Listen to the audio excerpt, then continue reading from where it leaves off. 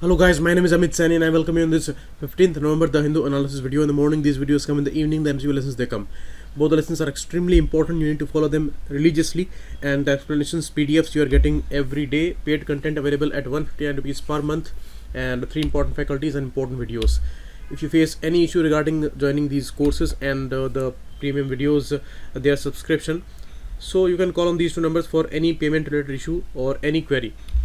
PDF you will get here on Telegram channels link which is given here on this Facebook group, so you can access that, and on Instagram also you can follow me. And these are some words that I found today, you can use them. First issue, Sabrimala case. 5 judges bench was there, 3 gave a particular opinion, 2 were having dissenting opinion there. 3 said that a larger bench, at least for 7 judges, that should decide further about this issue, that how much involvement the courts should have in the religious issues, because many things are essential to decide, many things are unnecessary, many things are very controversial. We are a unique country, traditions are important, but we started again with our constitution in 1947, and that is the holy book for judges, and that is the book for equality. We were having a lot of problems, so some things that we left when we started with constitution, and some things we adopted. Which we adopted, those things are universal based on humanity. Which we left, those things were derogatory. But the traditions are a kind of a unique problem. Some issues are not settled, like the issue of gender in this country, that is not settled, because things are related with the tradition there. So now it's the time when this debate is going on, that as we decided about the untouchability issue, officially we have to decide about the females connection with the traditions. Like the Sabrimala case is very unique because of the biological regions of females. Age 10 to 50 females were not allowed, but in 28th September 18 judgment they were allowed. Issue is of religion. Religion is something that is a faith, a belief system. There is no document, there is no particular set of regulations, there is no particular notification regarding that. It is all individualistic belief. But when individualistic beliefs, they become collective, and when they are going on for thousands of years, then some things they hold a lot of ground.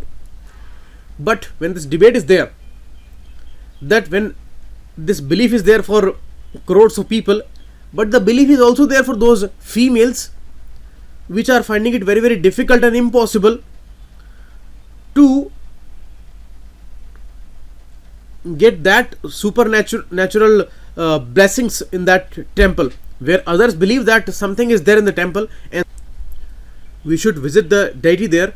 So the same applied for the females also. They also have this important urge and this spiritual need there. So how we can crush that need just because of biological reasons? So that's a different debate, and the issue is way more complex in Sabrimala, because the main deity which is there, he proclaimed himself as a brahmachari. So that's a unique reason. So that's why this issue is way more complex. So that's why Mr. Gogoi, who headed this bench there, he said that when a larger bench is gonna say something about that, then this will be having more legitimacy, more authority, and more trust it is gonna instill there. And constitution is a holy book for all of us, not only for judges, so we have to comply with that also. But 2 judges, Rohinton F. Nariman and D.Y. Chandrachud, they were the part of the 28 September 18 judgment. They said that there is no meaning of review of it, and as many times we will discuss it, similar things will be there in front of us. So those should have been the final words which were there last year, but the majority opinion is taken there, because 3-2 is the ratio. So 3 people said in favor of the review. So this review is gonna be there, and this tug of war between women's fundamental right to equality and Article 14 and the believer's right to freely practice religion, 2 things are in front of each other. equality says they should be allowed, but the religious practice says that they should not be allowed. So it's a very difficult and complex task, and they need to settle that. And in the last line you can write a mains question on that. All the points you can discuss there which I told you. Important for GS paper 1, 2, 4 and very important topic for essay. Next, India's request for Facebook user data rising sharply in this year. In first half here, Indian government made 22,600 user data requests. Just next to USA. USA made 50,000, above 50,000 requests. India about 22,000 requests. Next, UK only 7,700 requests. Germany 7,300 requests. So it shows a lot of desperation. Security reasons are important, but the bigger reason is the political reason. And government, when they are in power, then there is a possibility that they can misuse those powers and authorities for the political gains. And this was the election period for India. Security reasons were there, nobody can deny that, and that's the main reason that they have the authority to ask for these revelations. But political reasons can also be there, that possibility cannot be zeroed here. So that's the reason. And this report by the internet giant, the transparency report of the US based social networking site Facebook, that tells a lot. But you see, the great thing about this information is that Facebook as a global entity, it is paying its responsibility, that it is giving the data regarding that this many requests were made, and it tells a lot, it awares the people, and that's very necessary in the democracies, that how many applications our government is making there. So that is very much necessary to know about that. Maybe government would have totally denied that information, but Facebook revealed that in the transparency report. So that's very important issue for GS paper 2, and a larger debate of privacy for a essay topic. Okay, so that's very important. Next, the BRICS 11th summit is concluded in Brasilia, Brazil, and again we raise the matter of terrorism, how it is battering world economy. That's the main issue, and it emerged as the biggest threat to peace and prosperity, says PM Modi. Issue is very much genuine. The terror financing, money laundering issues are the supportive problems here for the terrorism. But world growth, protectionism, and rise of conservatism, this is also a huge problem in this country. Only terror is not the problem. We should say that, because every platform we are raising this only issue majorly. So that's appropriate that we are raising this issue again and again. But this phenomena is heavily misused by the media in democracies. The way we see, all the important issues are sidelined in this country. We are only discussing terror, Pakistan, Kashmir, and we are discussing nothing else. No, neither economy nor our progressive measures, diseases, education. We are never discussing them. We are only discussing these issues and making people more and more emotional and emotionally provoked about that. So that's why this is the additional underlying issue regarding that. And we have discussed many times that domestic issues are certainly influencing our international image and international decision making there, and our engagement there. So when we raise terror issue in recent times again and again on each and every platform, and we take it as a first priority, then this is the additional issue. Although there is no question about our international engagement and our international strategy there, we have no authority and no right to raise any question regarding that. But domestically we discuss these issues there. Okay, so if there is any mains question regarding that connect the domestic politics, the domestic priorities with the international engagement of India, then you can talk about these issues when you need to balance the answer there. Okay, so that's very important. And Cyril Ramaphosa, South Africa's president, you can see here, Chinese President Xi Jinping, Mr. Putin, and this person is important for us, Jair Bolsonaro, Brazil's president there. He's going to be the chief guest on Republic Day next year. So that's very important. This issue we had discussed many times 2 times I have asked questions regarding that in the MCQ lesson, and yesterday we discussed that issue. HADR exercise, humanitarian assistance and disaster relief. HADR exercise, it's a maiden first try service exercise between India and US, going on for the first time, and on eastern coast from Kakinada to Vishakhapatnam this is going on. So that's very important. The engagement of various ships and all, you should take a note of them, and this is a very important one, an exercise, because it is happening for the first time. The name is Tiger Triumph, and it was a grand start of this important event there. Okay, humanitarian response and disaster relief exercise. Next, an important issue of telecom giants Airtel and Vodafone Idea, which are a joint entity now. They both are having huge losses. In quarter 2, Airtel posts 22,830 crore loss. Vodafone Idea's loss is 50,922 crore rupees. How they are facing a lot of challenge there. The Jio company is at the top, and they were facing a lot of difficulty in front of Jio there. In the market, they alleged that it's not a fair competition, it's not a consumer's market, it is heavily distorted a thing, and they made many complaints there. Now in that sequence they are giving this many losses. How this was possible? It was the issue of adjusted gross revenues, AGR. What is this AGR? This issue is going on since 2005. You see, telecom operators are required to pay license fee and spectrum charges to the government of India. How they pay it? They pay it in a revenue share measure. Means whatever revenues they earn, they give it. They give a share to the government of India. Now, what would be the methodology there? Because according to DOT, Department of Telecom, calculations should incorporate all revenues earned by telecom company, including from non-telecom sources also, like the sales of assets, other deposit interests, and other important services there. Means whatever earning are there in those areas, their revenue share should also be extended to the government of India. So this was not acceptable to the telecom companies. They say that only telecom charges we can share there. This is not justified. But the government says that you are a mobile companies, you are a telecom company, and you are earning everything because of this business. So whatever earning is there, you have to give the share there.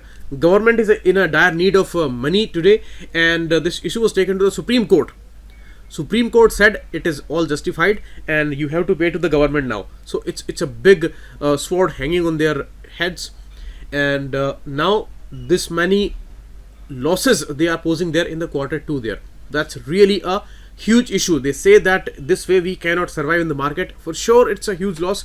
50,000 crore, 22,000 crore rupees is something they are not earning as a profit, and it will be extremely impossible for them to survive in the market. But they say that we are hopeful government is going to understand that situation. So this issue is going on since 2005. The decision in 2015 by TDSAT, the Telecom Dispute Settlement and important tribunal for that ruled that AGR included all receipts except capital receipts and revenue from non-core sources such as rent, profit, sale of fixed asset, dividend, interest and miscellaneous income. Okay, so this was in favor of these companies. But then government went to Supreme Court, and then Supreme Court said that these companies collectively they have to pay 92,600 crore rupees to the government of India. That's their right.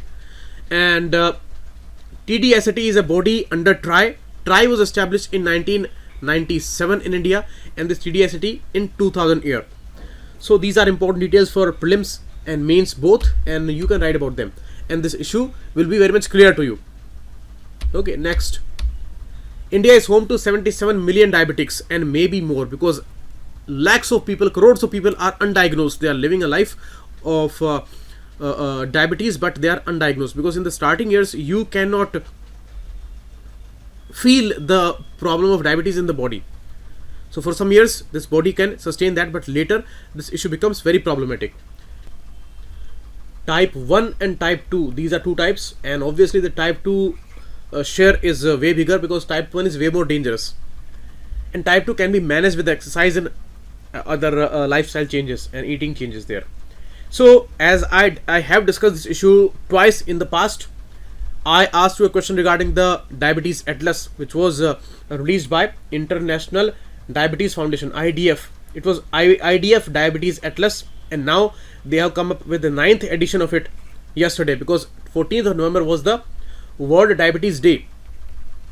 Yesterday it was Children's Day, but World Diabetes Day also. China, biggest burden, biggest number of patients, then India, then US. And the difference between India and US is huge.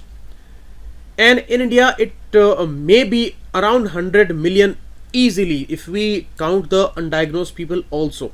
And that number may go up because India's problems are rising in NCD areas.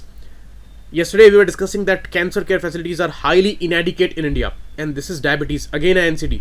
And if we talk about the coronary heart disease, then everything is adding up to more and more patients list for coronary heart disease. The indoor outdoor air pollution, the eating habits, junk food, everything is leading to more and more coronary heart disease, and that is also a NCD. More cases are there for Parkinson's disease, more cases are there for these Alzheimer's and all, and the kidney failures. So these are extreme problems. These are NCD, non-communicable disease burdens, which are rising, and they are a bigger menace now in India. We are not over with the communicable disease issues, and we have targets for TB, HIV, other problems. They are killing people, lakhs of people every year. Our kids are malnutrition, stunted. So these are the major problems for our country. But do we see in the media debates? No, never. And you see, surprisingly, interestingly, Mandir Masjid issues are not giving any solution here. Can you go to any temple or any masjid or any religious place and can you cure your diabetes or cancer? No. We have to make investments there. We have to do researches, more and more researches there, and we have to follow right lifestyles there. Then only these things will be solved. We need heavy investments in the rapid urbanization areas, but we do not have fund for that. Actually, leave out the fund, we do not have that thing on priority, and things are going on in that usual manner. Cities are extremely polluted. World's most polluted cities are there. World's most polluted lakes, rivers are there, and we call them our mothers. This is the joke of a huge democracy, and that's why we have all the statistics in front of us, but still we are more interested in nonsense issues in this country. Astha is way more important for us, but just when you talk and discuss about the Astha issue, collective Astha issue, then you go to a cancer patient, then that person will tell you what is the importance of Astha in that life. Astha plays the real role there at that moment when the person is hanging between life and death. Then the real spirituality comes. Here, healthy people are destroying the nation in the name of that fanaticism. I'm not against any religion. I am against all blind following and destruction of the economy, destruction of the collective conscience, destruction of the politics there, and everything is being devastated in the name of nonsensical issues, and you are destroying the youth there with the name of that, because you are not concentrating on the right things. You are not giving any support to the education, you are not giving any support to the health sector, and all issues are controversial, which must be the most important one. The GDP data, we are having questions regarding that. So again and again, many unnecessary issues we are observing in the public sphere, but these issues are totally missing there, where people are extremely scared with these problems like cancer, diabetes and all, and they do not find any cure there. Why? Because our facilities are inadequate there. A big reason to worry. Paper 2 and paper 3 will be important here. Next, BHU official removes RSS Flag, loses job. Kiran Damle, the deputy chief proctor of South Campus of the Banaras Hindu University, was allegedly forced to resign after she removed an RSS flag from the university playground. Police slapped criminal charges on her after the RSS filed a complaint. In this country, rapists are moving free, murderers are moving free. The charges are cancelled on those people, but here What is the allegation? RSS said that she was involved in this malicious act intended to outrage religious feeling of any class by insulting its religious belief. How removing the RSS flag amounts to religious beliefs, I do not understand this link. Maybe this is an attempt to equate both things, as there is a popular allegation that some organizations in this country, some groups in the country, they want to equate their status with the religion or the nation. So there are two questions: is RSS a religion, or do they have any authority with the religion or religious beliefs? How this allegation is legitimate? This is a big question to ask. And how this charge was justified, how it was a criminal charge. A lady was forced to resign and the criminal charge was slapped there. A big controversy, and many more details and facts are needed for that, but superficially this issue becomes extremely problematic. And in this country, these tendencies, these attempts, these pushes are rising, and there is a big reason to worry about that, those trends. A lot we are discussing, a lot we are observing in the public sphere that is extremely problematic, and that is unnecessary, and that is really distorting the image of this country, and they are affecting youth, they are destroying their futures, and a lot is happening in this country which is really problematic, and people must have awareness about that issue. They must have proper logic and rationale. If something is good and proper, we must support that, but the blind support should never be there. If somebody is wrong, then we must take that issue to the law, and proper way must be there. Otherwise we will not be able to save the country there, and that's for sure. Open and all the same, this article is based on the decision on the CJI's office which came yesterday, that it will be a public authority coming under RTI Act. This welcome ruling by 5-member Constitution Bench of Supreme Court that the Office of Chief Justice of India is a public authority under RTI Act as much as the apex court itself now enables the disclosure of information such as judges' personal assets. There was a judgment that all the ministers and legislators before elections, they should declare their assets, and that was a very, very necessary move. So the same thing should be applied to the judges also. There can be possibilities of some misconduct on their part also, so that there is no problem in the declaration. So that petition or the request can be entertained, but judges, they have a lot of other important and sensitive responsibilities, and they can be targeted by wrong people. So unnecessary complaints, unnecessary requests can be there, and they cannot lose a lot of time on those problems. So that's why the discretion is very, very important, and the authorities, they have to assess always that their private life is not disturbed. The thing which is important for the public sphere, that information must be revealed for sure, but the privacy must be maintained there. And that's okay, that the judicial independence has no threat from the transparent manner and the RTI issue. So this is a welcome move, and that's good that they have settled that issue, but the issue is not settled till for CBI. That is again important issue. The bench unanimously argued that right to know under RTI Act was not absolute, and this had to be balanced with the right to privacy of the judges, and that's an important one. Okay, so the RTI Act is a strong weapon, you see, in this country when a lot of complex problems are there, and when we discuss them, all are genuine. When they say Astha is a collective spiritual issue and it's a genuine issue, then it's okay.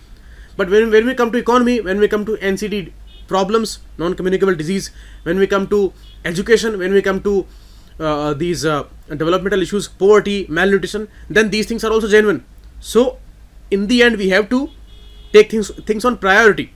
Here, if you talk about progress, rulings, all the issues, then first priority is the accountability. Means whatever progress you are doing, whatever you are claiming, there must be accountability. That is the most important thing in this country. If accountability is not there, then there is no future. All things will come to a chaos, and accountability is assured in a sense by RTI. So that's why it's extremely important. And the argument which was given that we cannot equate CEC and Chief Information Commissioner, that was according to me a wrong argument, because RTI is equally important body, or sometimes way more important body, because it tells you the information which is the ultimate need of this country, of this world today. Awareness and education, that is the basis of the participative democracy. Without awareness, without any knowledge, participative democracy means nothing. And that's the negative consequence of people not being aware. We are observing today that all are voting, but one person has all the information, all the knowledge, they can decide about issues, they have logic and rationale, that has single vote. But one person who is totally a dependent person, who doesn't know anything, who doesn't know about economics, who doesn't know about any constitutional provision, who doesn't know about any right, any duty, that person also has one vote. So there is a problem, because awareness is not there in that person. That is necessary, and that is the real problem of our democracy. So participative democracy is a must, but the bigger must is the knowledge and awareness, and citizen activism is the prime important thing there. So that's why implementation has come under strain in the recent years due to the central government's apathy and disregard for the nuts and bolts of the act. That is a clear observation there. So that's why it's an important article for GS paper 2 especially. And the next issue is an important learning for India. The example is of USA. USA got the measles elimination status nearly 20 years ago, and they are just saved last month from losing that status. Just 2 days were left, and the official end was there for the measles outbreak. Otherwise they would have lost this important status. And the most advanced country, the powerful country, we are talking about that, outbreaks were there in New York City and in 29 other states in US. They reported outbreaks in the past year. Last year they confirmed 600 cases, and this year there are around 1300 cases. Measles, a vaccine preventable disease, and the elimination status was there with America, but in that country these cases were there. Last case of measles in New York state occurred on August 19 and completed 42 days to incubation periods of measles after onset of the rash. So they anyhow saved themselves from losing that status. Means disease can affect any population if there is no awareness.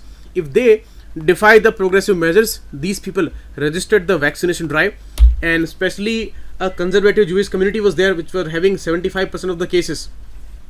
They registered vaccination drive, they did not show any interest there. That's why this became a huge problem. It's again a big example that any big country, any powerful country can be there. If there is inequality, then it's a problem for all. Clear case for India, where a few numbers of rich people, they are getting all the progress. They are the biggest contributor in the GDP and the beneficiary also. Most of the people, they are extremely poor, and it is not only their own burden, it's the burden of the whole country. It is the bigger burden for the government. And you see, they are promoting this issue. Means these poorest people, they are in a vicious cycle. Extreme responsibility is there for the government that they bring those people out, because they cannot come out of their own, because they are in a vicious cycle, and that is the character of the vicious cycle there. If we leave them and if we exploit them only for the political gains, then this problem will be a huge problem for the future, and even the richest person will be extremely affected. These are the issues there. If a single child is not developing the immunity because of no vaccine, then all are at threat. And this is happening in US, so it's a great learning for India. Two problems are there in India: huge pockets of under immunized kids, and whatever doses we are giving, 2 doses are necessary there. That is, the national level is far below the WHO's level of 95% coverage needed for protection there, for elimination there. We have set a target for 2020 year, just next year, means after 1.5 month, it will be 2020. And we were about to eliminate measles there. But how many cases came in 18-19 period? 71,834 cases. So it's a kind of a joke in this country. When they claim about all these issues, they always get satisfied with the plan that we will eliminate this disease by this year. We will do this thing by this year. We have made a target of TB that we will eliminate TB by 2025. But that is more than impossible. The speed, the kind of investment, the kind of priority we are showing there, that is totally impossible. And here the same with measles case.